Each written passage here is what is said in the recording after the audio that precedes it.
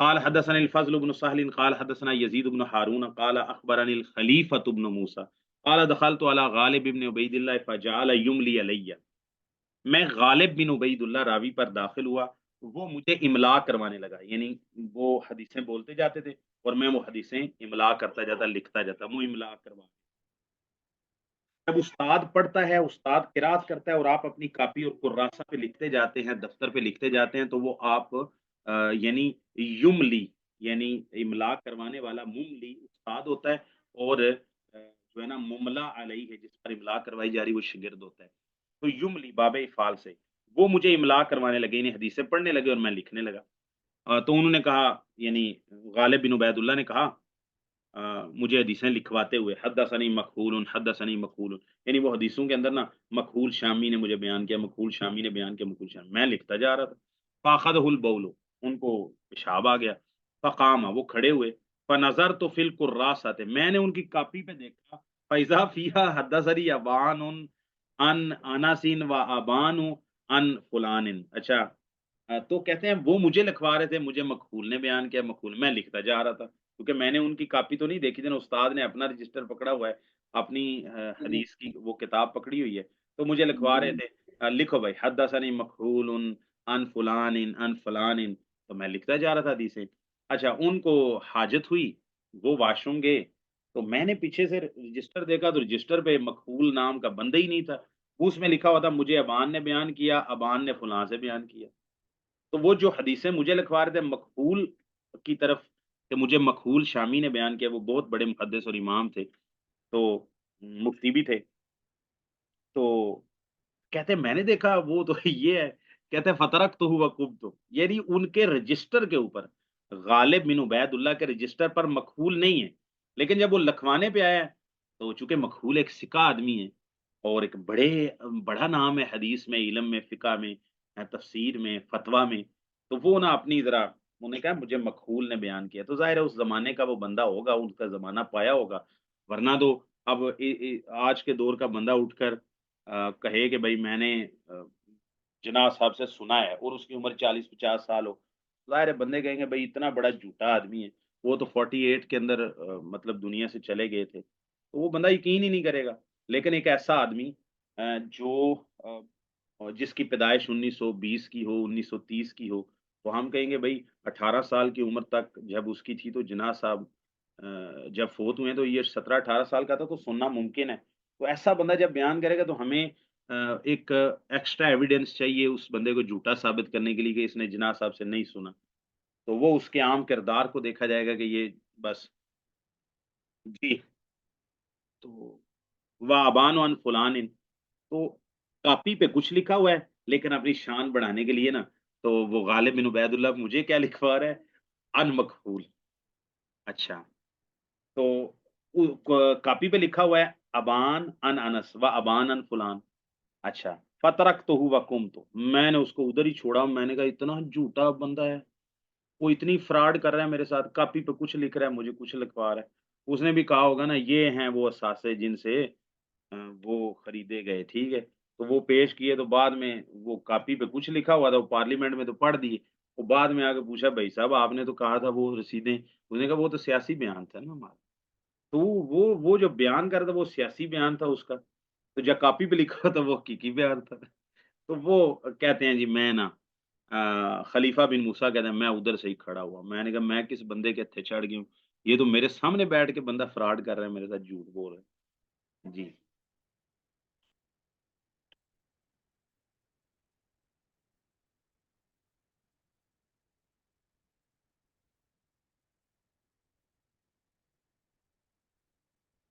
ہاں جی، اچھا تو یہ نا بات جھوٹوں کی باتیں چل رہی ہیں جی، جھوٹے بڑے بڑے معاملات خراب کرتے تھے، باقی پھر انشاءاللہ بعد میں پڑھیں گے، یہ ہفتہ کوئی اتنا اچھا نہیں رہا پڑھائی کے حوالے سے، تو انٹرنیٹ بھی اچھا نہیں رہا، مجھے تو آج لگ رہا تھا کہ شاید آج کی کلاس میں مس ہو جائے، جو ہی مغرب کے بعد ہوا ہے تو انٹرنیٹ سلو ہو گیا، 2G 3G آ رہا تھا، تو بس اللہ اللہ کر کے چلو کچھ نہ کچھ کیا اس کو کہتے ہیں، دال دلیا ہو گیا ہے۔ اچھا کوئی سوال ہو تو آپ کر سکتے ہیں، دیکھیں میں سان آثار ہوتے ہیں پڑھتا جاتا ہوں، کسی چیز کی سمجھ نہ آئے تو آپ نے ہینڈ ریز کر کے سوال کرنا آپ کا حق ہے۔ جی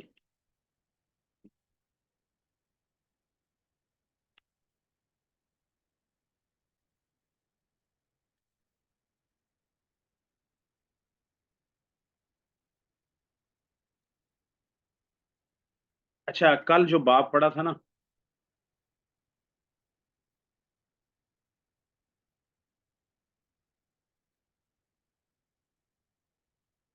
کہ باب الدعائی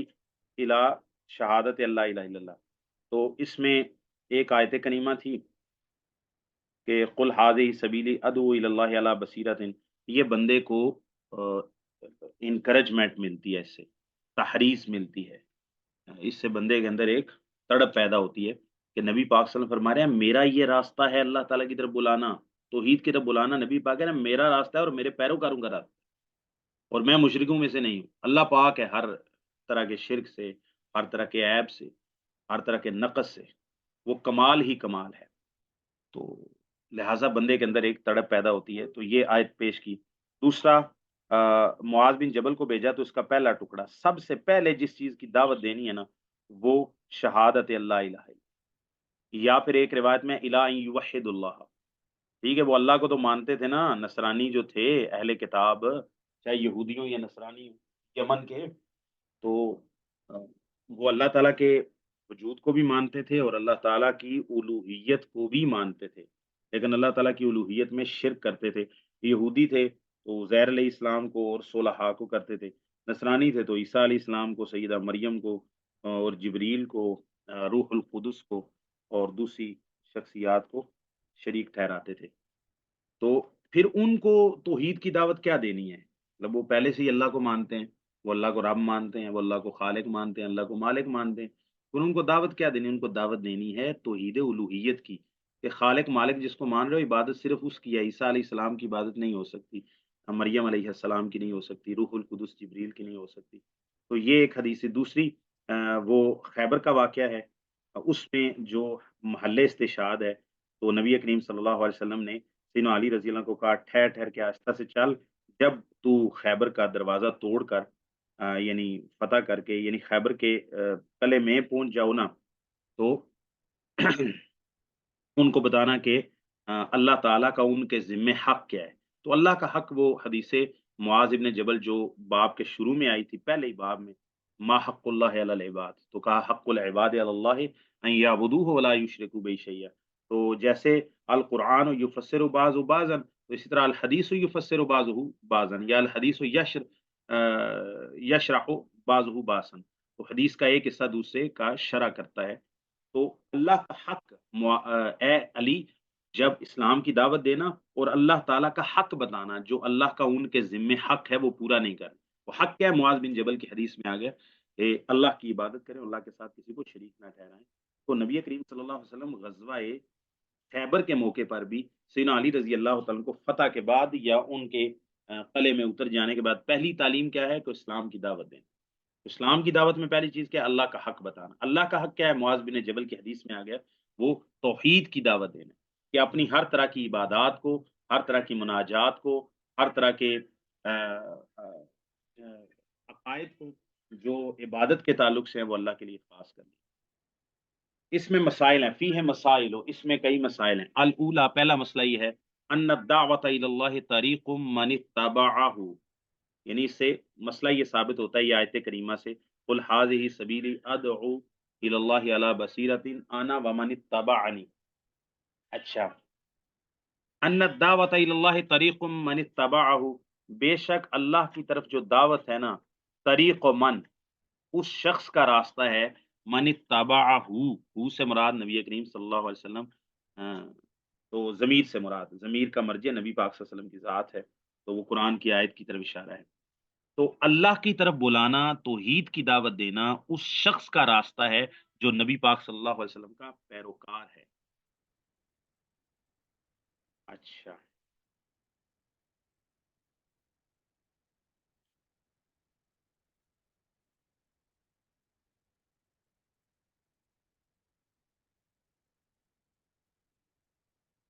اگر نا شیخ محمد عبد الوہاب رحمہ اللہ اگر اس طرح بناتے نا تو میرے نزدیک یہ اسلوب زیادہ بہتر ہوتا. ان الدعوۃ الی اللہ طریق النبی صلی اللہ علیہ وسلم و طریق من اتبعہ. تو پوری آیت کا یعنی اس میں زیادہ کہہ لیں کہ استدلال میں زیادہ قوت وضوح پیدا ہو جاتا، وضوح زیادہ واضح ہو جاتی کہ اللہ تعالیٰ کی طرف، کیونکہ آیت کا مطلب یہ ہے قل هذه سبیلی ادعو الی اللہ علی بصیرۃ انا ومن اتبعنی. تو آنا اس میں پہلے ہے نا. تو بہرحال نبی کریم صلی اللہ علیہ وسلم کا انہوں نے اس لیے بیان نہیں کیا کہ بھئی اس میں کوئی اشکال ہی نہیں ہے نا کہ نبی پاک صلی اللہ علیہ وسلم کا تو آنے کا مقصد ہی ہے. وہ تو پہلے باب میں وَلَقَدْ بَعَثْنَا فِي كُلِّ أُمَّةٍ رَسُولًا أَنِ اعْبُدُوا اللَّهَ وَاجْتَنِبُوا الطَّاغُوتَ. تو شیخ محمد بن وہاب رحمہ اللہ نے اس کے اس قدر واضح ہونے کی طرف، اس کی طرف تنبیہ یا اشارہ نہیں کیا. تو میں نے کہا اگر وہ اس طرح بیان کرتے کہ ان الدعوۃ الی اللہ طریق النبی صلی اللہ علیہ وسلم و طریق من اتبع، تو وہ زیادہ پوری آیت کے معنی کو اس میں شامل کر لیتا. تو الثانیۃ التنبیہ علی الاخلاص، کہتے ہیں کہ آیت کریمہ سے اخلاص پر یعنی خبردار کیا جا رہا ہے کہ بھئی اللہ کی طرف جب بلانا ہے تو پھر اللہ ہی کی طرف بلانا ہے. اللہ کی طرف بلانے یا حق کی طرف دعوت دیتے دیتے اپنی خود نمائی اس میں مقصود نہ بن جائے کہیں. یعنی بلا تو کوئی شخص اللہ کی طرف رہے، حق کی طرف رہا ہے، توحید کی طرف رہا ہے، سنت کی طرف رہا ہے، لیکن یہ کرتے کرتے کرتے یہ نہ ہو کہ کہیں اس کا اخلاص کمزور ہو تو وہ اپنی یعنی خود نمائی، ریا، سما اور واہ واہ کہیں مراد نہ ہو جائے. ایسا نہ ہو جائے کہ کیوں آیت سے ثابت ہو رہا ہے. نبی کریم صلی اللہ علیہ وسلم نے فرمایا قل هذه سبیلی ادعو الی اللہ لا الی نفسی. سمجھ رہے ہیں بات؟ یہاں سے انہوں نے استدلال کیا ہے کہ آیت کے اندر اللہ تعالیٰ نے نبی پاک کو کہا ہے کہ آپ ان سے کہہ دیجیے یہ میرا راستہ ہے، میں اللہ کی طرف بلاتا ہوں لوگوں کو. مطلب کیا؟ لا الہ نفسی. تو ہر شخص جو توحید کی دعوت دے اس میں اخلاص ضروری ہے کہ وہ داعی اللہ ہے، لا داعی الی نفسہ ہی، اپنی ذات کی طرف بلانے والا نہیں ہے کہ میں بڑا عالم ہوں، مجتہد ہوں، مفتی ہوں اور عقیدے کا بڑا امام ہوں تو لوگ ایک طرح سے میری آؤ بھگت ہی کرنا شروع کر دیں. تو وہ کہیں ریا، سما، لالچ یہ چیزیں اس میں نہ در آئیں. جی منور بھائی. شیخ محترم، عقیدہ کے حوالے سے ایک سوال ذہن میں پیدا ہوا ہے، اگر آپ مناسب سمجھے تو جواب دے دیں. وہ یہ ہے کہ ہم جو رسول اللہ صلی اللہ علیہ وسلم نے بھی یہ رسائل بھیجے مختلف بادشاہوں کو، جس ہوں کا ایک نمونہ ہم نے ادھر ترکی میں بھی دیکھا کچھ عرصہ پہلے. ہوں تو اس میں یہ لکھا ہوتا ہے نارملی رسول اللہ صلی اللہ علیہ وسلم کا، یعنی جس طرح وہ خط بھیجتے چھوٹے سے ٹکڑے پہ یہی ہوتا تھا کہ من الا محمد. ملک الروم من محمد عبداللہ و رسولہ، ہوں اور آگے سلام علی من اتبع اور یہ والی ساری چیزیں، اور آیت ایک لکھی ہوتی تھی تعالوا الی کلمۃ سواء بیننا و بینکم. ہوں تو سوال یہ ہے کہ دعوت رسول اللہ صلی اللہ علیہ وسلم کی، یا جس طرح یہ احادیث سے استدلال کیا جا رہا ہے، میرا قطعاً یہ مطلب نہیں ہے کہ محمد صلی اللہ علیہ وسلم کی نبوت جو ہے وہ ایمان کا یا اسلام کا حصہ نہیں ہے، لیکن میں سمجھنا یہ چاہ رہا ہوں کہ انجام کے اعتبار سے ایک بندہ رب العالمین کو جی جی الوہیت کے اعتبار سے، ربوبیت کے اعتبار سے، اسماء و صفات کے اعتبار سے ایک جانتا ہے، اس میں شریک نہیں ٹھہراتا، لیکن اسے محمد صلی اللہ علیہ وسلم کا جی جی یا تو معلوم نہیں ہے، یا اگر معلوم بھی ہے تو وہ اس میں کنفیوز ہوتا ہے. مطلب یہاں پہ بعض اوقات ایسا ہوتا ہے، ابھی بھی ہمارے ایک ایگزیبیشن تھا دعوتی، ہوں تو اس میں ایک لڑکا ہے جرمنی سے تھا، اس کے ساتھ وہ تقریباً 1.5 گھنٹے سے زیادہ اس نے بحث کی میرے ساتھ. تو وہ اس بات پہ ہو گیا، کہتا ہے مطلب سارا کچھ وہ کنونس ہو گیا کہ اللہ ایک ہے، سارا کچھ ہے، لیکن وہ اس بات پہ نہیں ہے ابھی بھی. میں نے اس ہفتے بھی اسے چائے پہ بلایا، اس کے ساتھ گپ شپ لگائی، کنونس کرتا رہا اسے رسول اللہ صلی اللہ علیہ وسلم کی رسالت پہ. ابھی ابھی اگلے ہفتے پھر اس کے ساتھ ہے، وہ آیا بھی ادھر 3 مہینے کے لیے اپنی، اس کی گرل فرینڈ وغیرہ تھی اس کے ساتھ. ہوں تو وہ اس بات پہ نہیں آتا، مطلب محمد صلی اللہ علیہ وسلم، اور سم ٹائم بڑی بہت یعنی کہ لوز لینگویج استعمال کرنے کی کوشش کرتا ہے، تو میں اسے تھوڑا وارن بھی کرتا ہوں کہ یہ ام، تم ایسا نہ کرو مطلب دس از ویری اوفینسو. ہوں تو لب لباب یہ ہے بات کا، سوال کا، کہ ایک بندہ جو رب العالمین کو اکیلا مان رہا ہے، یعنی اس کی توحید کا اقرار کر رہا ہے دل سے اور صدق کے دل سے، ہوں تو اس کے بارے میں کیا حکم یا انجام انجام کے اعتبار سے اس کے کیا کوئی رہنمائی ملتی ہے شریعت میں؟ ہاں، صحیح بخاری شریف میں حدیث ہے، میں سمجھتا ہوں یہی جواب میں کافی ہے. نبی کریم صلی اللہ علیہ وسلم نے فرمایا لا يسمع بی احد من هذه الامة یہودی ولا نصرانی الا مات ولم یؤمن بالذی ارسلت به الا كان من اصحاب النار. تو مفہوم یعنی اس حدیث کا معنی یہ ہے کہ کوئی بھی شخص جو میرے بارے میں سن لے، لا یسمع بھی لا آگے اللہ کے ساتھ جا کے اس بات والا ترجمہ ہو جائے گا. تو جو شخص بھی میرے بارے میں سن لے، پھر وہ چاہے یہودیت پر، یہودیت کا مطلب وہ کہ عیسیٰ علیہ السلام کا واقعی ہی سچا پیروکار ہو، اس نے کوئی شرک نہ کیا ہو کوئی، تو وہ باقی توریت و انجیل جیسے اس کو پہنچی اس پر سچا عمل کر رہا ہو، روزے بھی رکھ رہا ہو، حرام نہ کھا رہا ہو، خنزیر نہ کھا رہا ہو، اور عیسیٰ علیہ السلام کو الوہیت کا دعویٰ نہ کرتا ہو، اللہ کا بیٹا نہ کہتا ہو، تو وہ ایسا کچھ سچا نصرانی ہو، حواریین میں سے ہو، یعنی حواریین کے عقائد پر ہو، تو جنہوں نے کہا نحن انصار اللہ، تو یہودیت پر مرے یا نصرانیت پر مرے، میرے بارے میں سن لیتا ہے. آپ نے وہاں پر صرف عقیدہ توحید کی بات نہیں کہا، آپ نے میرے بارے میں سن لیتا ہے. ولم یؤمن بالذی ارسلت بہ، اور جس کے ساتھ مجھے بھیجا گیا، تو ارسلت سے مراد جس کے ساتھ مجھے رسول بنایا گیا. تو مطلب میری شریعت، میری آمد، میری بعثت، میری رسالت پر ایمان لائے بغیر مر جاتا ہے. آپ نے فرمایا الا کان من اصحاب. یہ سوال اس شخص کے بارے میں تو ہو سکتا ہے جس پر اتمام حجت نہیں ہوا، جس کو خبر نہیں پہنچی، وہ کہیں ایمیزون کے جنگلوں کے اندر رہ رہا تھا، تو اللہ تعالیٰ کی توحید کے آفاق میں جتنی بھی اس کو معلومات ہو سکتی تھیں وہ اس نے اس پر عمل کیا. تو اس کے پاس کوئی ذرائع ایسے نہیں تھے، کیونکہ میں نے تھوڑا ایسا ایکسپلور کیا تو کئی بھی آج ایسے قبائل ایسے جنگلوں میں ایمیزون کے اندر موجود ہیں کہ جن کا عام دنیا سے باہر کوئی اتنا رابطہ وغیرہ نہیں ہے. تو اچھا، تو کہنے کا مقصد یہ ہے کہ وہ شخص تو اس کو تو یعنی خبر نہ پہنچنے کا یا جہالت کا عذر ہو سکتا ہے، لیکن جس شخص سے آپ بات کریں، آپ نے قرآن بھی اس تک پہنچا دیا، تو اب وہ کتنی چیزوں کا انکار کرے. وہ کہتا ہے میں اللہ کو رب مانتا ہوں، خالق مالک یہ وہ سارا مانتا ہوں، شریک نہیں ٹھہراتا، عیسیٰ کو اللہ کا بیٹا نہیں سمجھتا، اور کوئی بھی فرسودہ عقائد اللہ تعالیٰ کے بارے میں جو معاشرے کے اندر مشہور ہے اس کے اندر نہیں پائے جاتے. لیکن جب آپ اس کو کہتے ہیں نبی کریم صلی اللہ علیہ وسلم اللہ کے رسول ہیں، تو وہ کہتا ہے یار یہ بات میں اس میں ڈاؤٹ میں ہوں، یا اس بات میں ایگنوسٹک ہوں، میں نہ ہاں کرتا ہوں نہ کرتا ہوں. یعنی ایک ہوتا ہے ایگنوسٹک ہونا اللہ تعالیٰ کے بارے میں، ٹھیک ہے، کہ بھائی ہم لا جی، ادریہ میں سے ہیں. ایک ہے یہ رسول. شیخ محترم اصل میں یہی ہے کہ یہ مغرب میں مطلب یورپ میں رسول اللہ کے بارے میں نا، جو وہ ایک فنڈامنٹلسٹ کا، ایکسٹریمسٹ کا، ٹیررزم، وہ جو ایک سٹگما میڈیا نے لگا دیا نا، تو اس کے مطلب اس حوالے سے اعتراضات ہم تو مطلب کوشش کرتے ہیں جتنا ایک کو تھوڑا بہت جانتے ہیں انہیں کنونس کرنے کی، کلیئر کرنے کے لیے کہ مطلب دیکھیں کس طرح یہ غلط فہمیاں پیدا کی گئی. دیکھیں لیکن وہ اس حوالے سے بہت زیادہ جو ہے نا، پھر مصنف معاذ اللہ سیدہ عائشہ کی عمر کو لے کے اور پتہ نہیں کیا کیا ہو. ہاں دیکھیں، کہنے کا مقصد یہ ہے کہ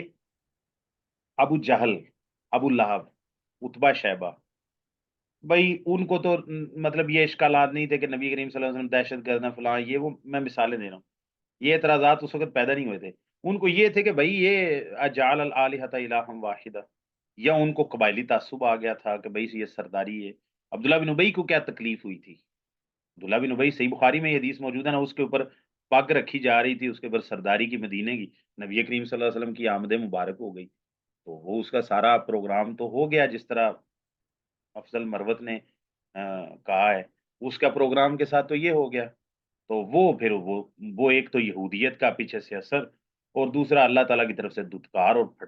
پھٹکار پڑ گئی، تو وہ ساری زندگی اس دشمنی سے ہی باہر نہیں نکل سکا کہ بھائی میری سرداری آگے چھینی گئی ہے. تو کہنے کا مقصد یہ ہے کہ کسی شخص کے اعتراضات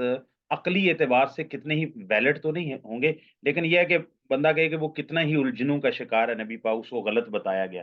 لیکن سوال یہ ہے ان دی اینڈ انجام کار کے اعتبار سے وہ ایمان نہیں لایا، تو نبی پاک صلی اللہ علیہ وسلم پر ایمان نہ لا کے، آپ کو رسول نہ مان کے، وہ چاہے لا ادریہ میں چلا گیا، چاہے مطلب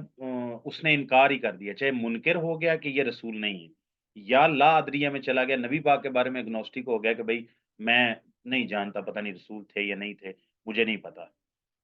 تو اس نے جرم کا ارتکاب تو کر دیا نا۔ رسالت جو اللہ تعالیٰ نے، یعنی عقائد میں کتنی چیزیں ہیں، ایمان باللہ، ایمان بالرسل، جو اللہ تعالیٰ نے 5 چیزوں کا تو ایک ہی جگہ میں قرآن مجید میں اور حدیث جبریل میں جو اللہ تعالیٰ نے ایمانیات کے اعتبار سے تذکرہ کیا، تو وہ ساری مل کے اللہ تعالیٰ کی توحید کو مانتا ہے، تو توحید کے تقاضے بھی ہیں، ٹھیک ہے؟ اس کی مثال آپ ایسی لے لینا کہ ایک شخص کہتا ہے میں اللہ تعالیٰ کو سچا میں اللہ کو رب مانتا ہوں، رسول اللہ کو رسول مانتا ہوں، قرآن کو اللہ کی کتاب مانتا ہوں، اور آخرت کو، جنت جہنم کو، لیکن یہ نماز کو میں نہیں مانتا جی، یہ مجھے وہ اقیم الصلاۃ کا معنی پر غلام احمد پرویز والا کرتا ہے، بھائی پکا بے ایمان ہے، اس کی کوئی جتنی مرضی وہ تعویلیں کر لے، اس کو اشکال پیدا کیے گئے ہوں کہ الصلاۃ کا معنی یہ ہوتا ہے، تو اقیم کا معنی نظام قائم کرنا ہوتا ہے، تو فلاں ہوتا ہے، اس چونکہ وہ گمراہی پر جا رہا ہے۔ اب دیکھیں نماز تو عقائد میں شامل نہیں ہے، لیکن نماز کا انکار کر دینا ضروریات اسلام میں سے ہے، تو ایک شخص رسالت کا انکار کرے، اور رسالت کے انکار سے آگے نتیجہ کیا نکلے گا، وہ قرآن کا بھی منکر ہے، یعنی جو نبی پاک کو رسول نہیں مان رہا، تو آپ پر نازل ہونے والی کتاب کو کیسے مانے گا؟ نہیں مانے گا۔ ایسا تو نہیں ہو سکتا کہ کوئی شخص کہے کہ بھئی میں قرآن کو تو مانتا ہوں، یہ سچی کتاب ہے، لیکن جس محمد بن عبداللہ کے بارے میں تم کہتے ہو نا، میں نہیں مانتا کہ ان پہ نازل ہوئی ہوگی، ایسا تو آپ کو دنیا میں کوئی بندہ ملے گا نہیں۔ قرآن کا، رسول اللہ کا انکار قرآن کا انکار ہے، قرآن کا انکار رسول اللہ کا انکار ہے، اور ان دونوں میں سے کسی بھی ایک چیز کا انکار وہ سارے انبیاء کا ہی انکار ہے۔ جو رسول اللہ کا انکار کرتا ہے، چونکہ جو اس میں تصدیق انبیاء کی رسالت، قصص وغیرہ سارا، تو وہ سارا انبیاء کے علم کا ایک طرح سے انکار کر دیتا ہے، تو اس کی کوئی تعویل قابل قبول نہیں ہے، کوئی تعویل اس کی قابل قبول۔ اب دیکھیں نا، مسیلمہ کذاب کو آپ لے لیں نا، صحیح بخاری میں حدیث ہے، وہ تو نبی پاک کو رسول ماننے کے لیے تیار تھا، بلکہ یہ معلوم ہوتا ہے کہ اس نے رسول مان لیا تھا، لیکن اس نے کہا کہ آپ وصیت کر دیں کہ آپ کے بعد، یہ صحیح بخاری میں، ہاں، تو آپ اس نصیحت کر دیں کہ رسول میرے، آپ کے بعد جانشینی میری ہوگی، یا میں، تو آپ صلی اللہ علیہ وسلم نے فرمایا، ہاتھ میں کھجور کی ایک ٹہنی پکڑی تھی، آپ نے فرمایا تو یہ کہے کہ میں تجھے یہ دے دوں، اس کی میں تجھے ایک ٹکڑا دینے کے لیے تیار نہیں ہوں۔ اس نے آگے سے مناظرہ کرنا، نبی پاک نے فرمایا حاذا ثابت بن قیس بن شماس ابن، یہ ثابت بن قیس بن شماس ہے، خطیب اور رسول اللہ سے یجیب و کانی، تو مسلمہ کذاب کو براہ راست، یعنی ہمیں یہ نہیں پتا چلا کہ وہ بت پرست تھا، یہ تھا، یہ فلاں تھا، تو جب نبی پاک کے پاس آ گیا، آپ کی نبوت اور رسالت کا اقرار بھی کر رہا ہے، لیکن وہ ساتھ آگے ایک چیز مان رہا ہے، اور جب نبی پاک صلی اللہ علیہ وسلم فوت ہوئے تو اس نے نبوت کا دعویٰ کر دیا، تو ابو بکر صدیق کا اس کے بارے میں کیا رائے تھی، یا تمام صحابہ کی، اور آج تک اہل اسلام کی کیا رائے ہے؟ سمجھ رہے ہیں بات؟ تو اس کا اشکال ہے، اس کا جتنے اشکال ہوں دور کرنے چاہیے، لیکن بعض اوقات اللہ تعالیٰ خود فرما دیتے ہیں ختم اللہ علی قلوبہم وعلی سمعہم وعلی ابصارہم غشاوہ، تو اسی طرح نبی پاک صلی اللہ علیہ وسلم کو اللہ تعالیٰ نے بتایا اس سے پہلی آیت میں، سواء علیہم انذرتہم ام لم تنذرہم لا یؤمنون، کہ آپ کا اے نبی ان کو ڈرانا نہ ڈرانا ایسا برابر ہو گیا ہے کہ اب وہ ایمان لانے کے ہی نہیں۔ تو اشکال ہونا ایک چیز ہے، اور اشکال پر ڈٹے رہنا، اور اشکال ایسا جو ضروریات دین میں سے ہو، اور وہ اس کو کلیئر نہ کر سکے، تو اس پہ جہالت عذر نہیں بن سکے گی۔ جہالت عذر بن سکتی ہے کہ ایک بندہ مسلمان ہو، اس کو نہیں پتا تھا کہ بھئی شراب پینا حرام ہے، یا اس کو نہیں پتا تھا خنزیر کھانا حرام ہے، اس کو نہیں پتا تھا کہ بھئی 4 سے زیادہ شادیاں اسلام میں جائز نہیں ہیں، اس کو نہیں پتا تھا کہ بھئی رضائی نکاح جو ہے وہ رضائی رشتوں کے ساتھ حرام ہے، تو وہ چلتا رہا، تو یہ تو جہالت عذر ہو سکتی ہے۔ یا اس کو اللہ تعالیٰ کی وحدانیت کے بارے میں تو اس نے جان لیا آفاق سے، دوسری معلومات سے جو اس کو پہنچی، لیکن نبی پاک کے بارے میں اس نے سنا ہی نہیں، اسلام کے بارے میں، قرآن کے بارے میں، تو یہ جہالت اس کی قیامت کے دن عذر ہو سکتی ہے۔ لیکن ایک بندے کو سن لیا، قرآن پہنچ گیا، آیات پہنچ گئی، نبی پاک کی سیرت پہنچ گئی، اور اس کا کوئی بھی ان کی بنیاد پہ نبی پاک صلی اللہ علیہ وسلم کو دہشت گرد ثابت ہی نہیں کر سکتا، الا یہ کہ ایک بندہ جو ہے نا وہ آ، مطلب فینٹم قسم کا آدمی ہو، تو اس کو یہ اشکال ہو سکتا ہے. وہ اسی بندے سے آپ پوچھیں، کوئی نہ کوئی اس کا بھی تو ہیرو ہوگا نا ہسٹری میں، کہ آپ کس کو ہیرو مانتے ہیں. مطلب اگر کوئی ایتھیسٹ ہوگا، کمیونسٹ ہوگا تو لینن کو، اسٹالن کو، اس طرح کے لوگوں کو، تو ان سے زیادہ قتل و غارت وہ کہو گے یہ دہشت گرد ہے. تو اگر وہ کمیونسٹ ہے، سوشلسٹ ہے، وہ کبھی نہیں کہے گا کہ یہ. اس طرح اگر وہ کوئی اس طرح کا آدمی ہے جو کیپٹلزم سے ہے، تو آپ اس کو، وہ ابراہم لنکن کو بڑا ماننے والا ہوگا. اگر کوئی امریکن ہے تو ادھر کوئی یو کے کا ہے تو آپ اس سے پوچھ لیں تو ان کے بڑے فور فادرز میں سے یہ جو بکنگم پیلس والے ہیں، تو کوئی نہ کوئی اس کا فیوریٹ رہا ہوگا. آپ اس کی زندگی کھولیں، اس میں بھی جنگیں ہوں گی اور اتنی خونخوار جنگیں ہوں گی. تو وہاں پر اس کو دہشت گردی نظر نہیں آتی. لیکن نبی پاک صلی اللہ علیہ وسلم کی زندگی کو جو بندہ پڑھتا ہے تو وہ خود مان جاتا ہے کہ بھئی سارے مل ملا کے بھی 1000 تک قتل نہیں پہنچتے نبی پاک کی 10 سالہ غزوات کے اندر، تو کفار اور دونوں ملا کے. تو پھر وہ کیسے؟ تو وہ اس کا اشکال، اس اشکال کی بنیاد پہ کوئی ایمان نہیں لاتا، تو وہ اس کا مسئلہ ہے. ہاں جی. واللہ عالم. مجھے تو بلکہ مجھے سمجھ نہیں آتی، بلکہ میرا اعتقاد ہے کہ یہی بات صحیح. التنبیہ علی الاخلاص، اخلاص پر تنبیہ، یعنی اخلاص کی طرف خبردار کرنا. لأن کثیرا، کیونکہ بہت زیادہ لوگ لو دعا الی الحق کے، اگرچہ حق کی طرف لوگوں کو بلانے والا ہو، فہو یدعو الی نفسہ، ساتھ ساتھ وہ اپنی ذات کی طرف، اپنی خود ستائش کی طرف بھی بلا رہا ہوتا ہے. یہ بندہ تقریر توحید پہ کر رہا ہے، لیکن بیچ میں یہ بھی آ گیا کہ بھائی کیا خطیب ہے یار، کیا بات ہے، کتنا علم ہے یار. تو وہ بات تو، کام تو خراب ہو گیا نا. تو یہ کہاں سے انہوں نے مسئلہ اخذ کیا؟ یہ بڑی گہرائی کی بات ہے. شیخ محمد عبد الوہاب رحمہ اللہ ایک چھوٹے ایک لفظ سے، ایک جملے نہیں بلکہ ایک لفظ سے، ادعو الی اللہ علی بصیرت، الی اللہ کے لفظ سے انہوں نے یہ فائدہ نکالا ہے کہ نبی پاک کہہ رہے ہیں حاذہ سبیلی ادعو الی اللہ علی بصیرت، الی اللہ لا الی نفسی. یہ مطلب. ہاں جب نبی کریم صلی اللہ علیہ وسلم اپنی ذات کی طرف بلائیں گے تو وہ رسالت کے باب سے ہوگا، وہ اتباع کے باب سے ہوگا.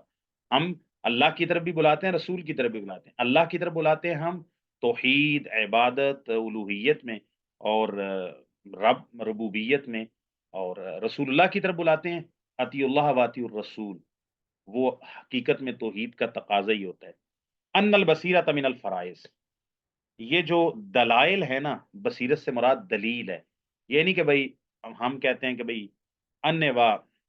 چیزوں کو نہیں، بصیرت، دلیل، برہان. من الفرائض، یہ فرائض میں سے ہے، یعنی ایک بندے کا فریضہ ہے کہ جب اللہ تعالیٰ کی طرف دعوت دے تو دلائل اور براہین سے پوری طرح مسلح ہو کر وہ دعوت دے.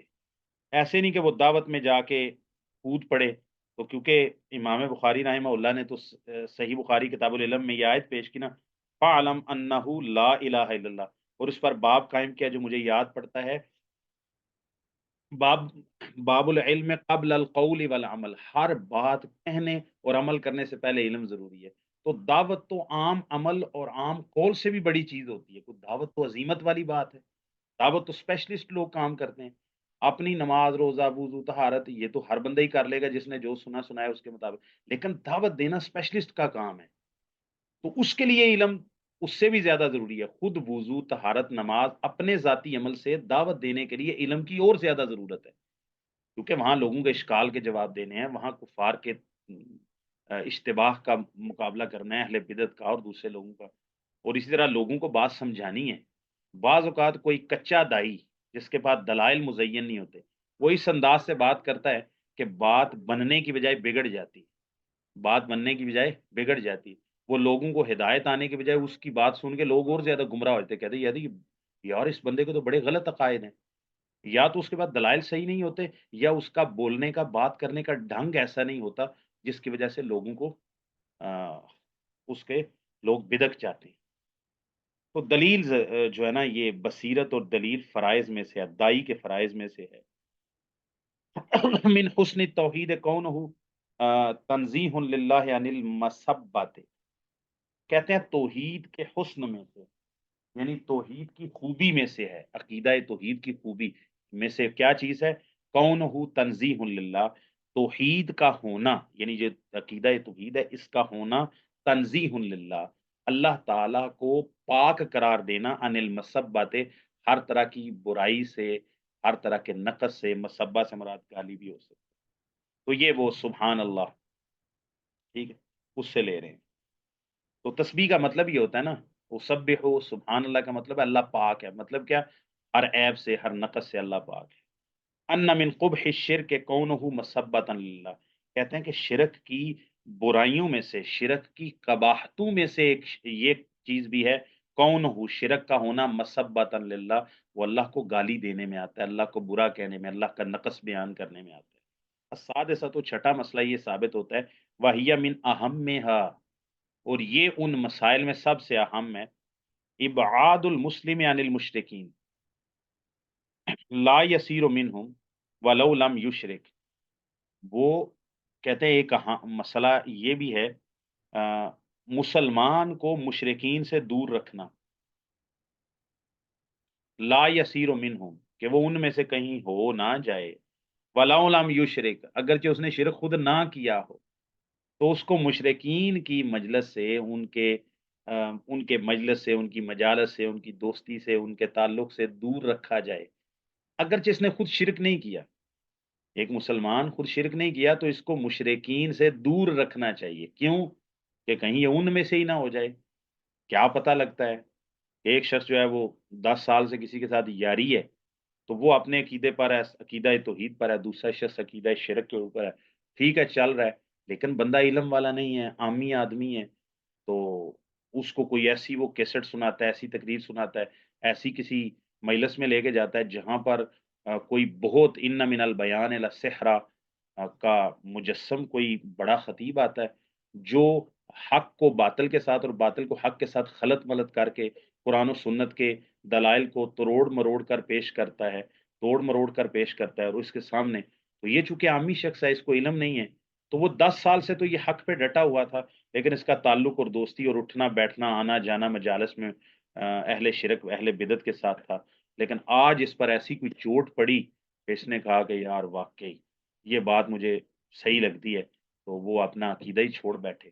تو کہتے ہیں سب سے اہم چیز جو ان مسائل میں سے جو اس باب میں بیان کیا ان میں سے یہ ہے، ابعاد المسلم عن المشرکین، مشرکین سے مسلمانوں کو، مسلم کو دور رکھنا، لا یسیر منہم، کہ وہ ان میں سے ہو نہ جائے،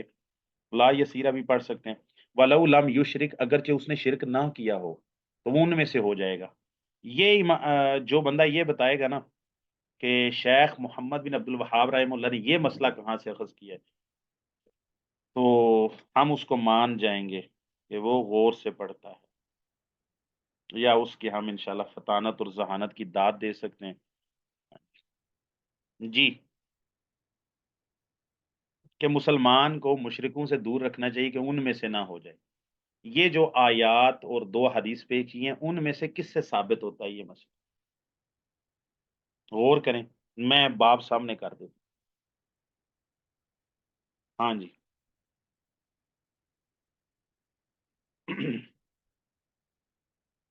ہاں جی، اب آپ کے سامنے میں نے کر دی ہے، تو آپ دیکھیں انہوں نے کہا ابعاد المسلم عن المشرکین حتی لا یسیر منہم، حتی ہم محذوف مان لیتے ہیں کہ کہیں وہ ان میں سے ہی نہ ہو جائے، تو مسلمان کو مشرکوں سے دور رکھنا چاہیے، تو اگرچہ اس نے خود مسلمان نے شرک ابھی تک نہ بھی کیا ہو۔ یہ کہاں سے مسئلہ اخذ کیا انہوں نے؟ اس کا مستنبت من ہو کیا ہے، اس کا ماخذ کیا ہے، مخرج کیا ہے؟ میں نے بتایا تھا جتنے مسائل وہ اخذ کرتے ہیں باب میں پیش کی آیات و حدیث سے پیش کرتے ہیں، کوئی نہ کوئی تعلق ہوتا ہے اس سے۔ نہیں سمجھ آ رہا پھر میں بتا دوں، اتنا آسان تھا بھائی، وما آنا من میں المشرکین، کوشش کر جی، جناب تو بتا آپ بھی یہی بتانے لگے تھے۔ میں اس کو جوڑنے لگا تھا کہ ہذه سبیلی ادعو الی اللہ، جب بلا اللہ کی طرف رہے اور پھر سبحان اللہ کہہ کہ مشرکین سے برات ہے، وما انا من المشرکین۔ ہاں، تو یعنی اللہ کی تنزیہ وما آنا من المشرکین، بھائی میں ان سے دور رہتا ہوں، میرا ان سے کوئی تعلق نہیں، یعنی جب اللہ تعالیٰ کی طرف بلا رہے ہیں تو اس کا مطلب ہے بندہ موحد ہے. تو پھر یہ کہنے کی ضرورت اس لیے پیش آئی کہ بھائی میں اللہ کی طرف بلاتا بھی ہوں، اللہ کی طرف دعوت بھی دیتا ہوں، اس کے ساتھ ساتھ میں مشرکوں میں سے نہیں ہوں. جی عائشہ احمد. استاد محترم، قرآن مجید میں آتا ہے نا انما المشرکون نجس فلا يقربوا المسجد الحرام، تو اس کا کیا مطلب ہوتا ہے کہ یہ مشرکین نجس ہوتے ہیں؟ وہ نجاست معنویہ ہے.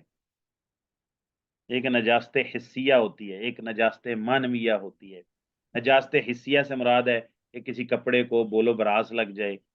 تو وہ نجس ہو جائے برتن کو. ایک نجاست معنویہ ہوتی ہے، یعنی عقیدے کی نجاست. یعنی یہ نہیں ہے کہ آپ کسی مشرک سے سلام تو نہیں کہنا چاہیے، ہینڈ اس کے ساتھ ہاتھ ملائیں گے تو آپ کا ہاتھ نجس ہو جائے گا. یا وہ اس کے مطلب آپ دکان پہ جاتے ہیں تو وہ کپڑے آپ کو دکھا رہا ہے اور آپ اس سے کپڑے لے رہے ہیں تو وہ کوئی سکھ ہے، عیسائی ہے، یہودی ہے، تو ہندو ہے، تو وہ کپڑے پلیت ہو جائیں گے. یا کہنے کا مقصد یہ ہے، یا وہ آپ کی گاڑی کا ڈرائیور ہے یا وہ خانسامہ ہے. تو نجاست کا یہ مراد، وہ نجاست حسیہ نہیں ہے. نجاست مانویہ نہیں، ان کے اندر عقیدے کا شرک اور پایا جاتا ہے اور وہ عقیدے کی گندگی ہے. اس کے مقابلے میں نبی کریم صلی اللہ علیہ وسلم نے سیدنا ابو ہریرہ رضی اللہ عنہ کو کہا ان المؤمن لا ینجس، مومن نجس نہیں ہوتا. مومن کبھی نجس ہوتا ہی نہیں ہے مومن. کیوں؟ کیونکہ اس کے اندر عقیدے کی طہارت ہے، عقیدے کی پاکی ہے، لہذا وہ نجس ہوتا ہی نہیں. اس کے مقابلے میں جو مشرک ہوتا ہے وہ نجس ہوتا ہے. اس کے اندر عقیدے کی نجاست مراد ہے. اس کی حصی نہیں کہ اس کا ہاتھ پلید ہے یا اس کا جو ہے وہ جہاں چلے گا تو وہ جگہ پلید ہو جائے گی، یہ مطلب نہیں. وہ نجاست مانویہ ہے. جب دوسرا معنی کر لے سوری آیت کی نجاست باطنی مراد ہے، ظاہری نہیں. جی تو واقعی مشرک نجس ہوتا ہے. جی انما المشرکون نجس. جی اور جو ان کو منع کیا نا فلا یقرب المسجد الحرام، یہ ایک شرعی حکم ہے، حکم تعبدی ہے، حکم تعبدی ہے.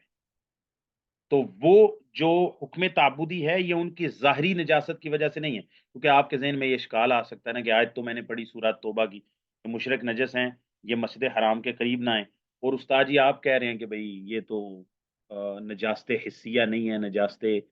باطنیہ ہے، ظاہریہ نہیں ہے. تو اللہ تعالیٰ تو کہہ رہے ہیں مسجد میں نہ آئے، اس کا مطلب ہے نجاست ظاہریہ ہی ہے. نہیں، ایسی بات نہیں ہے. نبی کریم صلی اللہ علیہ وسلم کے پاس وہ پروٹوکول، مسجد حرام کا ایک الگ پروٹوکول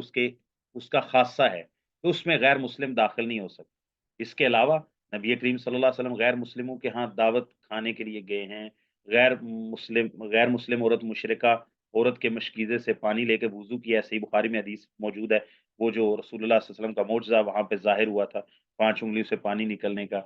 اچھا تو اس کے علاوہ وفد آپ کے پاس مدینہ میں آتے تھے تو نصارہ کے بھی، یہود کے بھی اور مشرقین کے بھی، تو وہ نجس ہوتے تو رسول اللہ صلی اللہ علیہ وسلم ان کو پاس بیٹھنے ہی نہ دیتے. تو ایسی بات نہیں، وہ نجاست حسیہ نہیں ہے. اور جو ان کو مسجد حرام میں داخل ہونے سے منع کیا گیا ہے یا مکہ کی حدود میں، تو وہ حکم تعبدی ہے کہ ان کے عقیدے کی نجاست اتنی ہے کہ ان کو یہاں نہیں آنے دینا. یہ یعنی اس گھر کی حرمت اتنی زیادہ ہے کہ یہاں پر عقیدے کا نجس بندہ آ نہیں سکتا. جی اور عقیدے کے نجس سے مراد کہ جو کافر ہو، غیر مسلم. اچھا جی کدھر گیا جی؟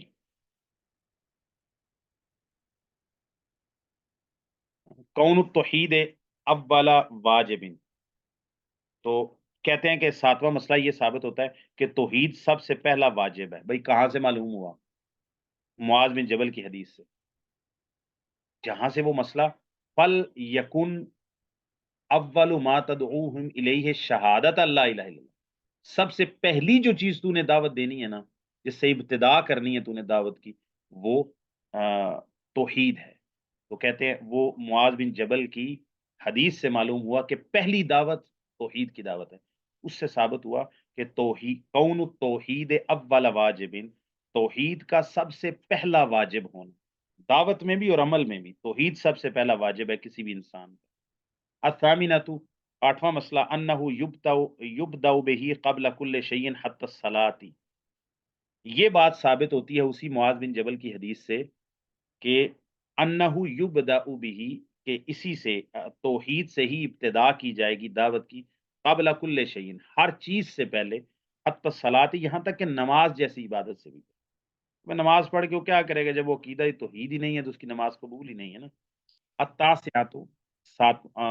نواں مسئلہ یہ ثابت، نواں مسئلہ یہ ثابت ہوتا ہے ان معنی یوحد اللہ، یا معنی شہادت اللہ الہ الا اللہ، یہ بھی اسی سے کہ ایک تو یہ ہے نا، ایک روایت میں یہ لفظ ہیں فَلْيَكُنْ أَوَّلُ مَا تَدْعُوهُمْ إِلَيْهِ شَهَادَةَ اللَّهِ إِلَهَ إِلَّا اللَّهِ، ایک روایت میں لفظ ہیں فَلْيَكُنْ أَوَّلُ مَا تَدْعُوهُمْ إِلَيْهِ أَن يُوحِّدُوا اللَّهَ، ایک روایت میں لفظ شہادت اللہ الہ الا اللہ کے ہیں، اور ایک روایت میں لفظ ان یوحد اللہ کے ہیں۔ تو وہاں سے شیخ محمد بن عبد الوہاب رحمہ اللہ یہ استدلال کر رہے ہیں کہ یوحد اللہ اور شہادت اللہ الہ الا اللہ کا معنی ایک ہی ہے، کہ بس زبان سے لا الہ کہنا مراد نہیں ہے، بلکہ یوحد اللہ، اللہ تعالیٰ کو ایک ماننا اور ایک اس کے مطابق عمل بھی کرنا، ایک قرار دینا اور اسی کے مطابق عمل بھی کرنا۔ تو توحید یعنی اللہ تعالیٰ کو ایک قرار دینا، عبودیت میں یعنی الوہیت میں، ربوبیت میں، اسماء و صفات میں، اور اسی طرح شہادت اللہ الہ، لا الہ الا اللہ کی گواہی دینا، اور ایک کا مطلب کیا ہے، اللہ تعالیٰ کو ایک قرار دے۔ اگر صرف گواہی دے رہا ہے لیکن عمل کے اندر اللہ تعالیٰ کو شرک سے، اللہ تعالیٰ کے ساتھ شرک بھی کر رہا ہے، اس کو ایک نہیں مان رہا عمل کے اندر، تو وہ پھر شہادت واللہ الہ الا اللہ کا تقاضا پورا نہیں کر رہا، بلکہ اس کا معنی ہی پورا نہیں کر رہا۔ العاشرۃ، 10واں معنی، مسئلہ یہ ثابت ہوتا ہے ان الانسان قد یکون من اہل الکتاب وہو لا یعرفها او یعرفها ولا یعمل بها، کہتا ہے کبھی کبھار کوئی انسان اہل کتاب میں سے ہوتا ہے، مثال کے طور پر یہودی یا نصرانی ہے، تو بھئی جو تعلیمات انبیاء کی ہیں وہ تو توحید کی ہیں، وَهُوَ لَا يَعْرِفُهَا، اور وہ اس بات کو جانتا ہی نہیں ہوتا، او يَعْرِفُهَا وَلَا يَعْمَلُ بِهَا، اہل الکتاب میں سے ہوتا ہے لیکن وہ اس کتاب کی تعلیمات کو نہیں جانتا ہوتا، اور یا پھر وہ جانتا ہوتا ہے لیکن عمل نہیں کرتا۔ اب جتنے بھی آپ نصرانی دیکھیں گے نا، تو آپ ان کو توریت کا کیا پتا، اگرچہ وہ محرف شدہ ہی ہو بائبل، ان میں سے آپ کو 1% بھی پریکٹسنگ اہل الکتاب کتنے ملتے ہیں؟ یہودیوں میں پریکٹسنگ زیادہ ہیں، نصرانیوں کو تو مطلب بیڑا ہی غرق ہوا ہوا ہے نا عمل کے اعتبار سے۔ ہاں، نصرانی سے یہودی زیادہ برے ہیں، زیادہ خبیث ہیں، زیادہ لعین ہیں، ٹھیک ہے، لیکن میں کہہ رہا ہوں تناسب کے اعتبار سے کہ دونوں ہی مذہب باطل ہیں، لیکن آپ عمل اپنے باطل مذہب پر عمل کے اعتبار سے دیکھیں گے یا پڑھنے اور اس کو اسٹڈی کرنے کے اعتبار سے دیکھیں گے، تو وہ احبار زیادہ آپ کو یعنی علماء سو آپ کو یہودیوں میں زیادہ ملیں گے، اور رہبان، راہب، راہبائیں، تو وہ آپ کو نصرانیوں میں زیادہ ملیں۔ الحادیۃ عشرہ، 11واں مسئلہ، التنبیہ علی التعلیم بالتدریج، درجہ بدرجہ علم دینے پر تنبیہ کرنا معلوم ہوتا ہے، یعنی جو معلم ہے، جو دائی ہے، جو استاد ہے، جو مفکر ہے، جو کوئی لیڈر ہے، کسی بھی خیر کی تعلیم دے رہا ہے، تو اس کو تعلیم ایک ہی دن میں سارا علم بیان نہیں کرے گا، ساری چیزوں پر عمل کا تقاضا نہیں کرے گا، ایسا ہو ہی نہیں سکتا۔ مطلب آپ پہلے توحید کی دعوت دیں گے، اس کو سمجھ لیں اچھی طرح، ان کے دل میں گھر کر جائے، تو پھر آپ کہیں گے کہ بھئی توحید کو مانا ہے تو پھر آپ کو اس کا تقاضا پورا کرنا پڑے گا۔ تقاضا کیا ہے؟ نماز پڑھنا۔ اچھا، یہاں پر ایک بار بار آتا ہے کہ وہ منور بھائی کے سوال کا بھی اس میں پھر دوبارہ جواب آ جائے گا کہ جہاں بھی آیا ہے کہ فَلْيَكُنْ أَوَّلُ مَا تَدْعُوهُمْ إِلَيْهِ شَهَادَةَ إِلَّا إِلَهَ إِلَّا اللَّهُ، اور اَنَّ محمد رسول اللہ تو آیا ہی نہیں ہے،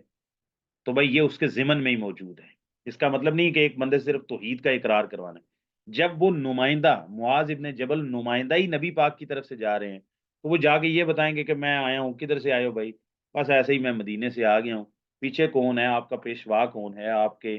جن کی طرف سے آپ آئے ہیں، آپ کی شخصیت کون ہے، دینی شخصیت کون ہے،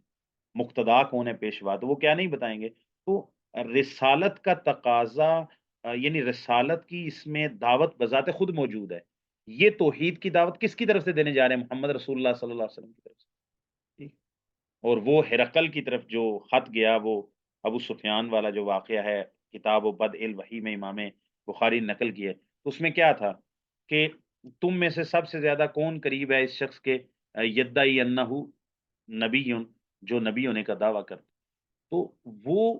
یہ نہیں کوئی سمجھے کہ بھائی اس میں تو دیکھے صرف توحید کی دعوت ہے اور اس کے بعد نماز کی ہے، اس کے بعد زکوٰۃ کی ہے. بھائی توحید کی دعوت میں رسالت کی دعوت خود موجود ہے، کیونکہ معاذ بن جبل نبی پاک کے قاصد بن کے، آپ کے پیغام بر بن کے، آپ پیغمبر بن کے آپ کے جا رہے ہیں وہ. ٹھیک ہے. تو ایسا تو نہیں ہے کہ وہ کہیں گے میں اللہ کی وحدانیت کی طرف بلانے سے کہیں سے آ گیا ہوں، تیرا پیچھے دین کیا ہے، تیرا مذہب کیا ہے، تیری فکر کیا ہے. تو وہ کہیں گے محمد صلی اللہ علیہ وسلم ہمارے رسول ہیں، آخری رسول ہیں، میں ان کی طرف سے نمائندہ بن گیا ہوں. تو وہ کہہ لیں کہ انڈرسٹوڈ سی بات ہے. التنبیہ علی التعلیم بالتدریج، یعنی معلم کو خبردار کرنا، علی التعلیم لوگوں کو علم دینے کے حوالے سے، بالتدریج درجہ بدرجہ، سٹیپ بائی سٹیپ. ٹھیک ہے. مستوی اول، مستوی ثانی، مستوی ثالث. ٹھیک ہے. تو الدرجۃ الاولی، درجہ ثانیہ. الدرجۃ الاولی کیا ہے جی اسلام میں؟ توحید و رسالت کی دعوت. الدرجۃ الثانیہ کیا ہے؟ صلاۃ کی دعوت. الدرجۃ الثالثہ کیا ہے؟ زکوٰۃ کی دعوت. پھر باقی فرائض اسلام آ جاتے ہیں. الثانیۃ عشرہ البداءۃ بالاہم فالاہم، جب بھی آپ نے تعلیم دینی ہے، دعوت دینی ہے، سب سے اہم چیز سے آپ نے ابتدا کر. بھئی آپ ابتدا کر دیں بھئی سود نہیں کھانا، آپ کسی کرسچن سے جھگڑ پڑیں سود نہیں کھانا، وہ آپ کی باتیں مان کے کنونس ہو کے سود چھوڑ بھی دے، تو زیادہ سے زیادہ اس نے ایک اخلاقی تقاضا پورا کیا ہے. وہ سود نہیں کھا رہا، آپ کسی کے ساتھ ظلم نہیں کر رہا، خون نہیں چوس رہا، تو آپ یہی کہیں گے یار اس نے یہ اخلاقی اعتبار سے بڑا اچھا بندہ ہے. کیوں؟ کیونکہ یہ سود نہیں لیتا. لیکن کیا آپ اس کو اس کا وصف کسی اسلامی تقاضے کے مطابق بیان کریں گے؟ نہیں. وہ سود بھی چھوڑ دے، بدکاری بھی چھوڑ دے، شراب بھی چھوڑ دے، اور جھوٹ بولنا بھی چھوڑ دے، اور بھی جتنی برائیاں معاشرے میں پائی جاتی ہیں اخلاقی ساری چھوڑ دے، پھر بھی آپ اس کو مسلم تو نہیں کہیں گے. آپ اس کو کہیں گے بڑا اچھا آدمی ہے، اس کے مطلب مینرز والا بندہ ہے، اخلاق والا بندہ ہے، رکھ رکھاؤ والا بندہ ہے، باوقار آدمی. یہ سارے اوصاف بیان کر سکتے ہیں، لیکن یہ سارے زمین و آسمان کے کلابے ملا کے بھی آپ اس کو مسلم نہیں کہہ سکتے. تو سب سے پہلے دعوت تبلیغ میں اہم چیز وہ کیا ہے؟ اللہ کی توحید. اللہ کی توحید کا تقاضا رسالت بھی آ جاتا ہے. ٹھیک ہے. البداءۃ بالاہم میں، سب سے اہم چیز سے دعوت کا اور تعلیم کی ابتدا کرنی ہے. فل اہم میں، پھر جو اس کے بعد سب سے اہم ہے. تو شہادتین کے اقرار کے بعد سب سے پہلی چیز اہم کیا آتی ہے؟ الصلاۃ. الثالثۃ عشرہ، 13واں مسئلہ، مصرف الزکوٰۃ، زکوٰۃ کا مصرف معلوم ہوتا ہے. وہ کیا ہے؟ تؤخذ من اغنیائہم فترد علی فقرائہم. یہاں سے مسئلہ کشف العالم الشبہۃ عن المتعلم. کہتے ہیں کہ عالم کا متعلم سے کسی شبہ کو، یعنی جس چیز میں کوئی شبہ ہو سکتا ہو، اشکال ہو سکتا نہ ہو، تو عالم کا، معلم کا، استاد کا کام ہے کہ طالب علم کے پوچھے بغیر، ایک ہے طالب علم اشکال پوچھتا ہے کہ سر مجھے یہ اشکال پیش آ رہا ہے تو آپ اس کا جواب دیں. ایک ہے کہ آپ کو پتا ہے کہ یار اس چیز میں نا اشکال پیش آ سکتا ہے، شبہ پڑ سکتا ہے، تو لہٰذا آپ اس کا شبہ پہلے ہی دور کر دیں. آپ اس کا شبہ پہلے ہی دور کر دیں.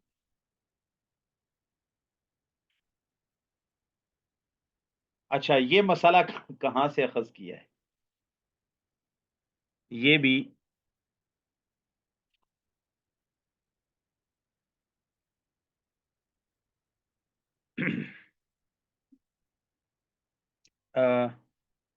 یہاں سے معلوم ہوتا ہے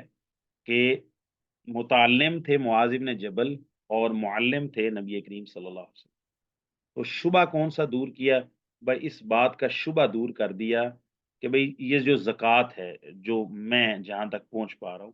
وہ یہ ہے کہ بھئی پیچھے تو کوئی اشکال تھا ہی نہیں. اشکال اس چیز میں تھا کہ بھئی زکوٰۃ دی جائے گی. اچھا زکوٰۃ دی جائے گی تو اگلا بندہ پوچھے اچھا ہم ہم سے مال اکٹھا کریں گے،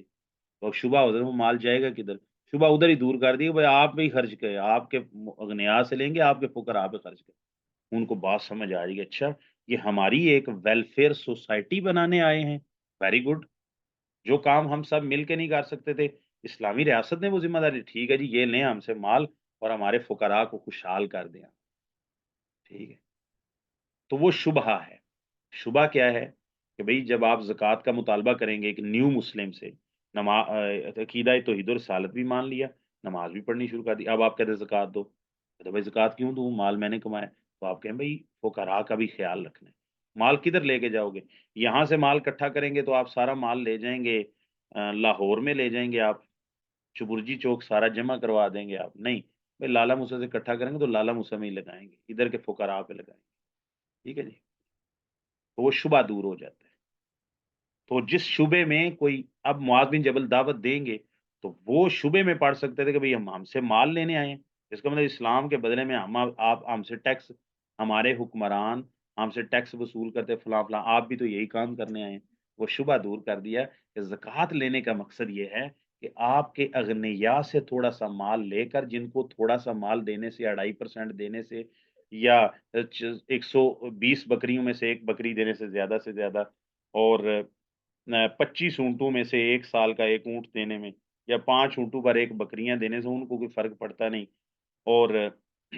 20 دینار میں سے کیا اس کو کہتے ہیں آدھا دینار دینے سے ان کو کوئی فرق پڑتا نہیں ہے،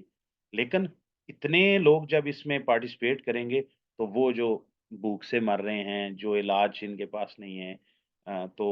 یا لوگوں کے سامنے ہاتھ پھیلا رہے ہیں، وہ آپ کے رشتہ دار ہیں، آپ کے ہی پڑوسی ہیں، آپ کے معاشرے کے لوگ ہیں، تو آپ کے لوگ معاشرے کے یتیم ہیں، بیوائیں ہیں، فقراء ہیں، معذور ہیں، تو ان پر خرچ کیا جائے گا، تو وہ شبہ دور ہو جاتا ہے، کہتا ہے یہ تو بہت اچھی بات ہے جی، یہ تو یہ تو انسان یعنی خدا ترسی کی بات کر رہا ہے، انسان دوستی کی انسانیت دوستی کی بات، النہی عن کرائم الاموال، مصدق مصدق باب تفعیل سے صدقہ لینے والا عامل زکوٰۃ پر یہ لازم ہے کہ وہ لوگوں کے اعلیٰ کوالٹی کے عمدہ اموال نہیں لے گا، معتدل درجے کے لے گا، اتقاء دعوت المظلوم، یہ ہر شخص کے لیے مظلوم کی دعا سے بچنا چاہیے کہ آپ کے الاخبار بانہا لا تحجب، کہ اس بات کے بارے میں بھی خبر دینا معلوم ہوتا ہے کہ مظلوم کی دعا کو روکا نہیں جاتا، یعنی وہ اس کی دعا جو ہے وہ اللہ تعالیٰ قبول کر کے، تو اس کے مطابق پھر باقی یہ کافی سوال و جواب میں پھر ہم کریں گے انشاءاللہ۔ اچھا اتنا ہی پڑھا گیا ہے، دیکھیں 5 باب ہم نے پڑھ لی ہیں، تو اب مزہ اس بات میں ہے کہ آپ کے پاس 3 دن ہیں، ٹھیک ہے، 3 دن میں ہر باب میں سے ایک آیت اور ایک حدیث، چلیں میں 2 حدیث کی بات نہیں کرتا، ہر باب میں سے ایک آیت اور ایک حدیث، کہ کوئی بھی باب انہوں نے آیت کے بغیر نہیں نقل کیا، اور ایک حدیث جو بھی، ہاں پہلا باب جو ہے نا یہ اس میں سے آپ حق اللہ علی العباد والی معاذ بن جبل کی حدیث ہے، اور آیت وہ والی آپ یاد کرنے والا قد باسنا فی کل امت رسولہ نے، ہر باب میں سے ایک آیت ایک حدیث، اور جو لمبی حدیث ہے وہ 10 لینے والی جانور کے عمران بن حسین والی، تو آپ اس میں کیا کر لیں، آپ اس میں جہاں پر وہ آیا نا کہ میری امت میں فیہم 70 الفا یدخلون الجنۃ بغیر حساب ولا عذاب، اور وہ کون لوگ ہیں، الذین لا یسترقون ولا یکتبون ولا یتطیرون وعلی ربہم یتوکلون، بس محل استشہاد اتنا ہے، آپ لمبی حدیث کو چھوڑ دیں، یہ ٹکڑا صرف یاد کر، تو اس طرح یہ معاذ بن جبر رضی اللہ عنہ کی والی حدیث جو ہے نا اس کو یاد کر لیں۔ جی عائشہ احمد، مطلب میرا یہ ایک اور سوال ہے جو مجھے کافی دنوں سے پریشان کر رہے ہیں، جی جب ابراہیم علیہ السلام نے حضرت اسماعیل نے خانہ کعبہ تعمیر کیا تو اس کا طواف جو ہے نبی صلی اللہ علیہ وسلم کے آنے تک چلتا رہا یا بیچ میں بند ہو گیا تھا؟ نہیں وہ طواف تو چل رہا تھا نا، وہ تو تاریخ بھی اس پر شاہد ہے، نبی پاک کا زمانہ بھی اس پر شاہد ہے، وہ طواف چل ہی رہا تھا، مشرکین مکہ حج نہیں کرتے تھے، قربانی کرتے تھے، اور جو اس میں سے اشراف قریش تھے وہ منا میں نہیں جاتے تھے، وہ مزدلفہ تک، کیونکہ مزدلفہ جو ہے وہ حرم کی حدود کے اندر ہے، تو یہ صحیح بخاری میں موجود ہے، اور قرآن مجید سورہ البقرہ میں بھی اللہ تعالیٰ نے فرمایا سما کیسے ہے من حیث، ہاں ثم افیدو من حیث افاض الناس، وہاں سے ہو کے واپس لوٹو جہاں سے لوگ لوٹتے ہیں، تو وہ حج بھی ہو رہا تھا، اور یہی تاریخ بتاتی ہے کہ درمیان میں کوئی ایسا زمانہ یا وقت آیا نہیں ہے کہ کبھی حج رکا ہو۔ کیوں؟ کیونکہ مکہ کبھی فتح نہیں ہوا، تاریخ میں ایک دفعہ بھی مکہ فتح نہیں ہوا کسی سے سوائے رسول اللہ صلی اللہ علیہ وسلم۔ وہ ابراہہ آیا تھا تو وہ عام الفیل، لیکن وہ تو اللہ تعالیٰ نے سبحان اللہ علم تر کیف فعل ربک باصحاب الفیل، تو اس کے درمیان میں کوئی تاریخی شہادت نہیں ملتی، نہ کہ ادھر کسی نے رخ کیا ہو یا اس نے کبھی حملہ کیا ہو۔ تو جب یہ کسی غیر مطلب ایسے شخص نے جو غیر ابراہیمی مذہب سے تعلق رکھتا ہو، تو جو طواف کو آ کے روک دے، مکہ پر کبھی قبضہ نہیں ہوا، کبھی غیر کا قبضہ نہیں ہوا، وہ قریش کا، اور وہ قریش سے پہلے کون تھے جن سے آ کے قصی نے لیا تھا، تو وہ آپس میں قابض، لیکن وہ حج بیت اللہ کا طواف، اگر جو اس میں انہوں نے فرسودات ڈال دیے اس کو خراب کر دیا، لیکن وہ چلتا رہا۔ یہ قرآن کی بھی اس پر شہادت معلوم ہوتی ہے، کیونکہ مشرکین مکہ کو یہی تو سمجھایا کہ آپ حج میں یہ جو خرابیاں کر رہے ہیں، پچھلے دروازے سے آنا ہے، گھر میں داخل نہیں ہونا سامنے دروازے سے، تو یہ سب کچھ چاہ رہا تھا، اور نبی پاک کی حدیث بھی اس کے بارے میں بتاتی ہیں۔ تو آپ صلی اللہ علیہ وسلم نے حجۃ الوداع کے موقع پر جو کہا ان الزمان قد استدار کحیتہ یوم خلق السم یوم خلق اللہ السماوات والارض، تو پھر آپ صلی اللہ علیہ وسلم نے فرمایا کہ جو بھی حج کے بارے میں انہوں نے خرابیاں کی تھی نا، وہ آج ساری کی ساری میں نے دور کر دی ہیں، تو وہ حج سکھا دیے، تو حج ہوتا رہے، حج نہیں رکا۔ ابراہہ آیا ہے ایک اس شخص، پر یہودی تھے یہ بھی ان دنوں میں ادھر ہی تھے مدینہ مکہ میں ہی، نہ نہ تو نہ نہ، اس کا ان کا یہودیوں کا اچھا مکہ کے ساتھ تعلق ہی کوئی نہیں، بالکل ایک ٹھیک بال برابر، کبھی دعویٰ بھی نہیں کیا، یہ بھی بات یاد رکھیں۔ نہ جی جی نصرانیوں نے نہ یہودیوں نے کبھی دعویٰ ہی نہیں کیا مکہ میں یا بیت اللہ کا، تو یہ مطلب بنو اسماعیل کا ہی اس کے اوپر دعویٰ بھی رہا ہے، قبضہ بھی رہا ہے، اور وہی اس کے کہہ لیں کہ متولی بھی رہے ہیں۔ وہ اصل میں دمشق اور شام کے اندر ہے نا، دمشق کہہ گیا ہوں، شام، وہاں پر تینوں مذاہب کا دعویٰ ہے، یہود کا پہلے تھا، پھر نصارہ کا ہوا، تو پھر اسلام نے آ کے جب مسجد اقصی وغیرہ رسول اللہ صلی اللہ علیہ وسلم کے معراج کی وجہ سے بھی، اور مسلمانوں کا ہی حق ہے وہاں پر، اور جو اللہ تعالیٰ نے فرمایا الی المسجد الاقصی، اور حضرت عمر نے فتح کی، تو وہ ہمارا بھی دعویٰ اس پر ہو گیا۔ تو کہنے کا مقصد یہ ہے کہ وہاں پر تو تین مذاہب، تینوں ابراہیمی مذاہب وہاں پر تو لڑتے جھگڑتے ہیں کہ بھئی ایک کہتا ہے ہمارا ہے، دوسرا کہتا ہے ہمارا ہے، یعنی تینوں ہی کہتے ہیں ہمارا ہے، لیکن مکہ کے بارے میں کوئی جس کو کہتے ہیں یعنی اس کے بارے میں کوئی اختلاف کبھی رہا ہی نہیں، کسی نے دعویٰ ہی نہیں کیا، اور میرے ذہن میں اس لیے یہ سوال آیا کہ حضرت ابراہیم کے بعد ہی حضرت موسیٰ علیہ السلام آئے نا، تو حضرت موسیٰ علیہ السلام کا ہی فرعون کے ساتھ ٹکراؤ ہوا، وہ جھگڑا مصر ہوا، میں رہے نا تو انہوں جی، نے جب اپنی وہ مصر میں رہے ٹھیک نا، ٹھیک وہ مصر میں ہی رہے، صحیح وہ کبھی مکہ، کیونکہ وہ وہی تو بات ہے نا، وہ اپنے ایک علاقے کے، ایک مخصوص علاقے یا زمانے کے وہ نبی تھے، تو وہ نبی کریم صلی اللہ علیہ وسلم کی نبوت دائمی بھی ہے اور جامع بھی ہے، وہ تمام انسان، انی رسول اللہ علیکم جمیعہ، یہ نبی پاک کا خاصہ ہے، باقی انبیاء کا نہیں تھا